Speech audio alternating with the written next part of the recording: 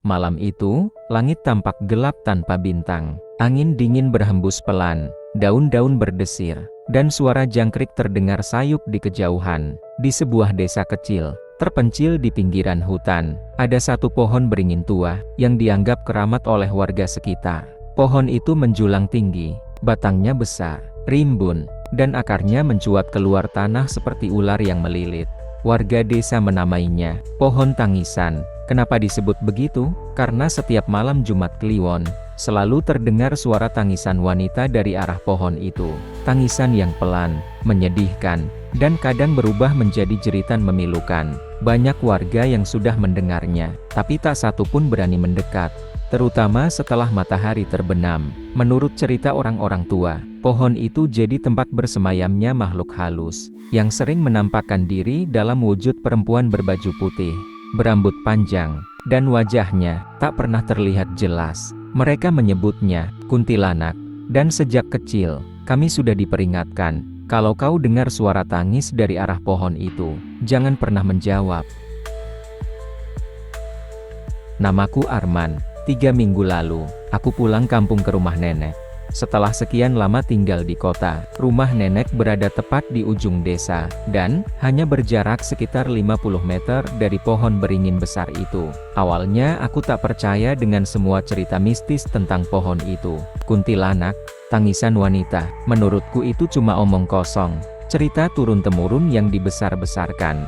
Tapi semua berubah di malam pertamaku di sana. Jam menunjukkan jam 11:53 malam. Aku baru selesai mandi dan hendak tidur. Saat itulah aku mendengar suara aneh, pelan, seperti suara rintihan, tangisan lirih dari kejauhan, tapi terasa seperti masuk langsung ke dalam kepala. Aku diam sejenak, menajamkan telinga. Tangisan itu terdengar dari arah pohon beringin. Aku membuka jendela perlahan, dan benar saja, di bawah cahaya bulan, di antara kabut tipis, aku melihat sesosok perempuan berdiri membelakangi pohon.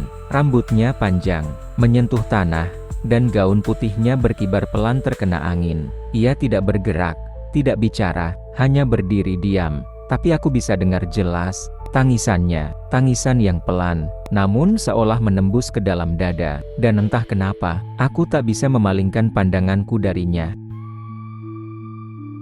Aku terus memandanginya, entah kenapa aku seperti terpaku, tak bisa bergerak, tak bisa bicara, jantungku berdetak sangat cepat, keringat dingin mulai mengalir dari pelipis. Wanita itu masih berdiri di sana, tak bergerak sedikit pun, tapi tangisannya mulai berubah, dari lirih menjadi sedikit keras, kemudian perlahan, makin mendekat, tapi tubuhnya tidak bergerak sama sekali.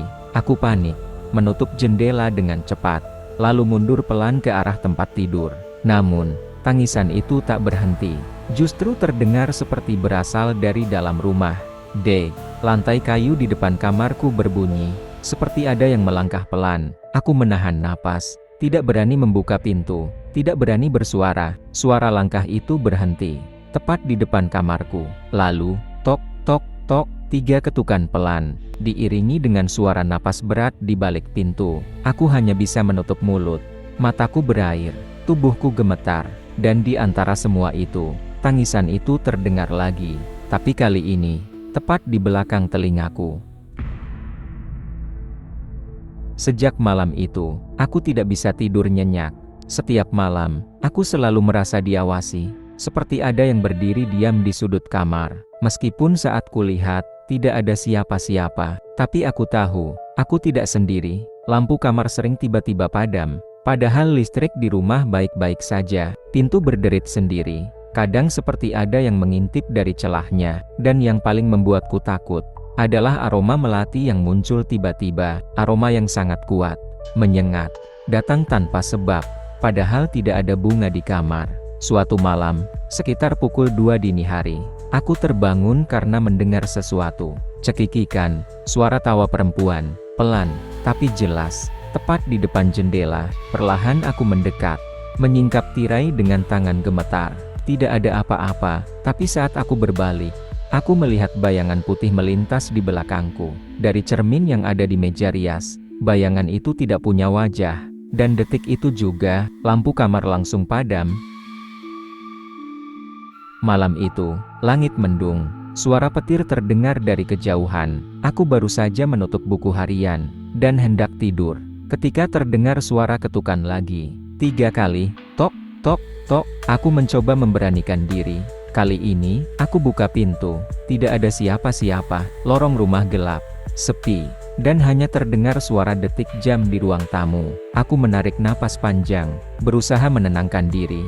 Namun saat aku hendak menutup pintu kamar, aku melihatnya. Dia ada di ujung lorong rumah. Sosok wanita berjubah putih, berdiri membelakangiku. Rambutnya menjuntai panjang, menutupi hampir seluruh tubuh. Aku tak bisa bergerak. Seluruh tubuhku seperti terkunci. Dan saat itu, dia mulai berbalik. Perlahan, wajahnya pucat, matanya kosong, dan dari mulutnya mengalir darah segar.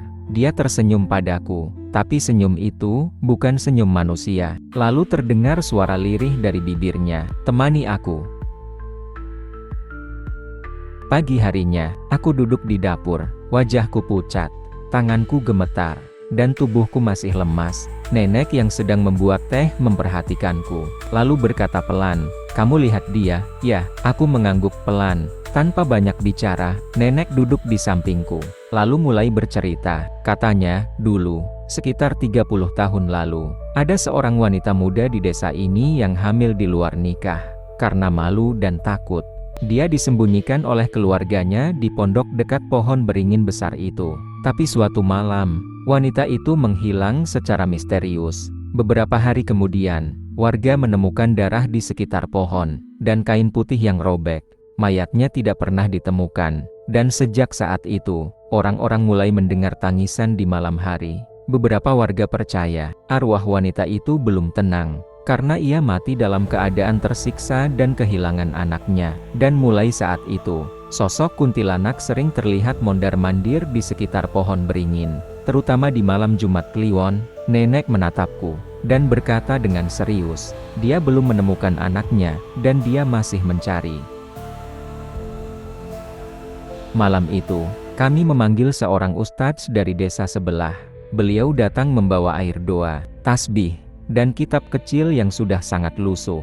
Sebelum mulai, beliau berpesan, apapun yang terjadi nanti, jangan bicara, jangan menoleh ke belakang. Ritual dimulai tepat setelah Isya. Ustadz duduk di ruang tengah, membaca ayat-ayat suci dengan suara lantang dan tegas. Awalnya semua terasa tenang, sampai tiba-tiba, angin kencang masuk dari jendela yang sudah tertutup rapat. Lampu di ruang tamu berkedip, lalu mati seketika. Seketika itu juga terdengar suara tangisan dari atap rumah, pelan, tapi menekan dada, seolah menyelimuti seluruh ruangan. Ustadz tetap melanjutkan bacaan. Suara beliau makin keras, tapi begitu juga dengan suara jeritan dari luar. Piring-piring berjatuhan, pintu kamar terbuka sendiri, dan ada bekas cakaran panjang di dinding. Aku hanya bisa memeluk lutut, menunduk, takut. Dan di tengah semua itu, di tembok ruang tamu, muncul tulisan berwarna merah. "Anakku, di mana?" Tulisan itu muncul, seolah digores dengan kuku, masih meneteskan darah. Sejak malam ritual itu, rumah nenek kembali tenang. Tidak ada lagi suara tangisan, tidak ada ketukan, dan tidak ada aroma melati. Namun, aku tahu, itu bukan berarti dia pergi, karena setiap malam Jumat Kliwon, aku masih merasakan sesuatu, getaran dingin di tulang belakang, dan perasaan bahwa ada yang mengawasiku dari luar jendela. Kadang, dari kejauhan, aku bisa melihat bayangan putih berdiri di bawah pohon beringin, diam, tak bergerak, seolah menunggu seseorang datang, atau menunggu anak yang tak pernah lahir itu kembali. Warga desa pun tetap tak berani mendekat. Mereka hanya melewati pohon itu dengan kepala tertunduk. Dan setiap kali ada orang baru di desa, cerita ini akan disampaikan lagi dan lagi, agar tak ada yang mencoba menantang batas gaib yang tak terlihat. Karena katanya, kalau kau mendengar suara tangis dari pohon beringin itu, jangan pernah menjawab, jangan pernah membuka pintu, dan jangan sekali-kali menoleh ke belakang, karena dia bisa saja sudah ada di belakangmu sekarang.